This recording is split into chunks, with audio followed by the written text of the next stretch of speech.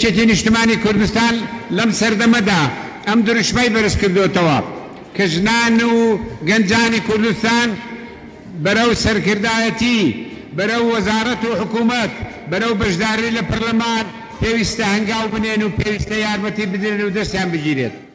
لە چوارچێوەی خەبات و تێکۆشانی خۆیدا سەرۆک مام جەلال چاوی لەسەر خزمەت و گرنگیدان بە هەموو چین و توێژەکان بووە. دوای ماڵ ئاوای سەرۆک مام جەلال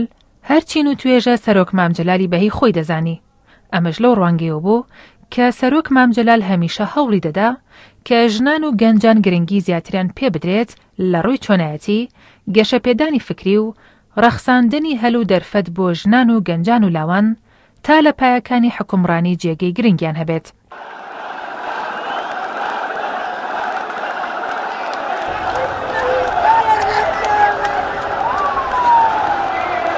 دیارە مام جەلال وەکو کاریزمایەکی کورد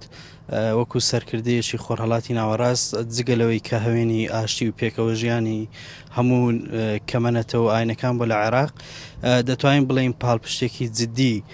توێژی گەنجان بۆ لە کوردستان و لە عێراق بەگشتی و لە هەرێمی کوردستانی ئێمە دەبینین بەتایبەت لە ناو یەکێتی نیشتمانی کوردستان لە چەند ساڵی ڕابردوودا ئەو گەنجانەی کە هاتونەتە کۆڕی مەیدان و خەبات هەر لە ئەندام پەرلەمانەکان یاخود لە ئەنجومەنی ناوەد یاخود لە ئۆرگانە سیاسەکانی کە ئەگەر سیرکەین بینین ڕێژەیەکی زۆری گەنج هاتوۆتە پێش. سەرۆک مام جەلال گرنگیکی تەواو و ڕۆڵێکی تەواوی بە گەنجان داوەکەی بینین هەر لە پەرەپێدانی زانکۆکانە لە هاندانی گەنجان بۆ خوێندن بۆی لە دام و دەستگاکانە خزمەت بکەن لە بواری ڕۆشنبیریە لە بواری ئەدەبیە زۆر هانی گەنجانی داوە وەکەی بینین کە ئەمڕۆ سەرجەم خەڵکی هەموو کوردستان و عێراقیش چەندێک بە پرۆشن بە تایبەت گەنجان یەکەم کەس بۆ لەوەی کە گرنگی بایەخی داوە بە گەنجان و ئەیویست هەمیشە گەنجان جێگرەوەی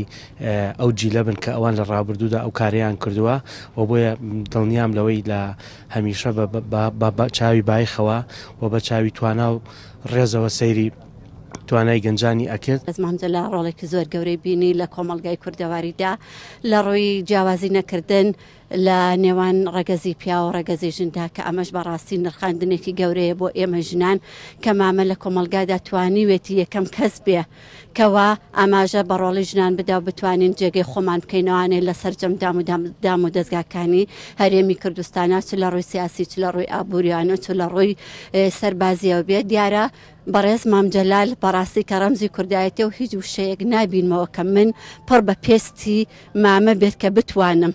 بۆی دابڕێژم وەکو شاعر بێ وەکو هۆنداوە بێ یاخود وەکو هەر ڕستەیەکی تر بێت. ئێمە مامە وای کرد کە ژنان بێنە ناو کۆمەلگاوە، مامە وای کرد کەوا ئێمە بتوانین هەنگاوەکانی خۆمان بەرەو پێشەوە بنێن، بتوانین خۆمان پێ بگەێنین، بتوانین لە ناو کۆمەلگاکەدا سەربەرزکەینەوە وەکو ڕێزی هەموو وڵاتەکان. بەڕاستی ئێمە داخ و پەژارێکی زۆرمانەیە بۆ بەڕێز مام جەلال. مام جەلال یەکێک بوو لەوانەیە کە خۆی لە گەنجێتی و هەر لە 15 ساڵی و دەستی بەکاری سیاسی کردووە، حەزی لە گەنج کردووە، گەنج لە هەموو کایەکانی سیاسی بەشداری پێ کردووە. وەکو بڵێن لە دائیرەکانە لە هەموو شوێنەکانە گەنج بەشداری کردووە. دیارە مام هەر لەبەرەوەی سەرەتایی قۆناغەکانی خۆی دۆزیەوە لە سەرەتای گەنجیە و هەموو قۆناغەکانی ژیانی بڕیوە زۆر بە جوانی دەرکی بەوە کردووە کە گەنج زۆرترین توانای هەیە و زۆرترین ڕەخنێژی هەیە، بۆیە زۆر کات پاڵپشتی قڕێخراوەکانی کردووە کۆمەڵێ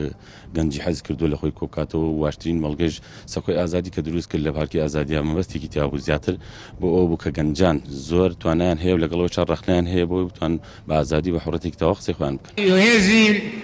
زۆر و زەبەند و لە بن نەهاتووی ژنانی کوردستانیش بخەینە پاڵ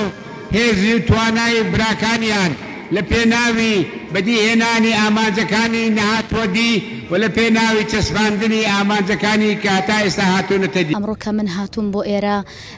هەستەکەم مام جەلال ئەو ڕۆحەیە کە لە ناو جەستەی هەموو کوردێکایە بە تایبەتی لە ناو چینی ژنانە.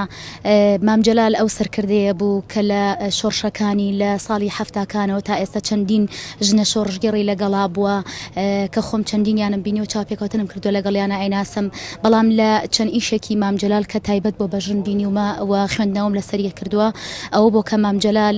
یەکەم سەرکردەی کووردە و یەکەم ڕئیسیش بوو لە عێراق داتوانی بۆ یەکەم جار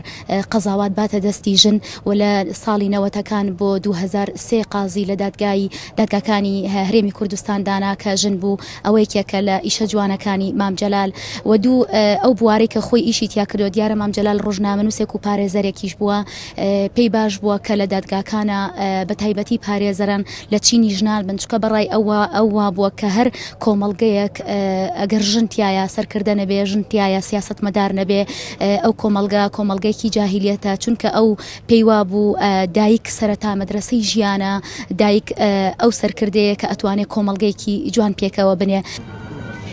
خوشکی شەیدم بەداخەوە باوکم مردووە نەگریاوم بڕوا بکە وەمزانی و باوکم مردووە و کاتە ئەمە نەگریاوم خوا بە بەهشتی بەرینی شادکە مامە گیان بە قوربانت مامە گیان مامەی براکەمی مامە شەهید بی کاکە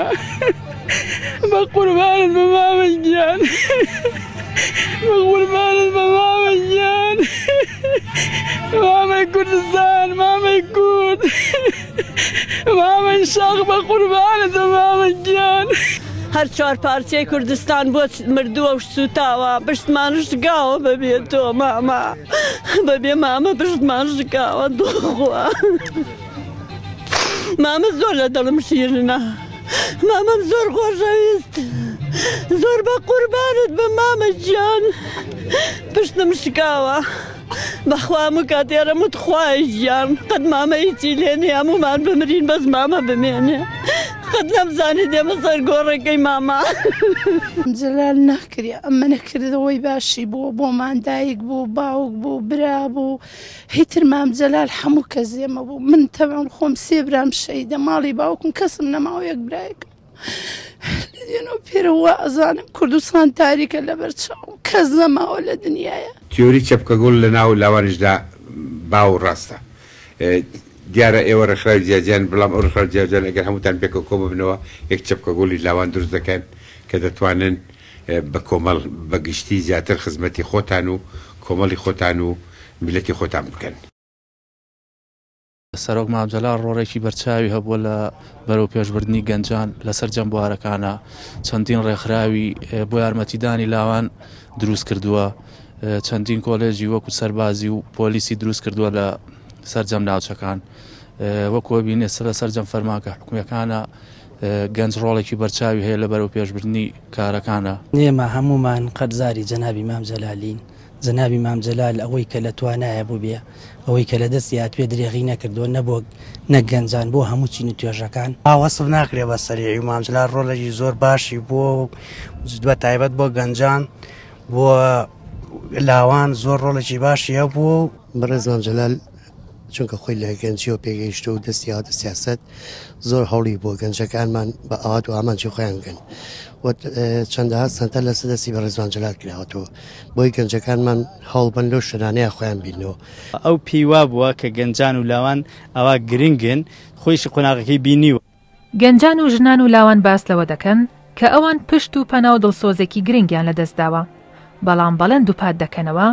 کە هەمیشە لەسەر ڕێبازەکەی بەردەوام بن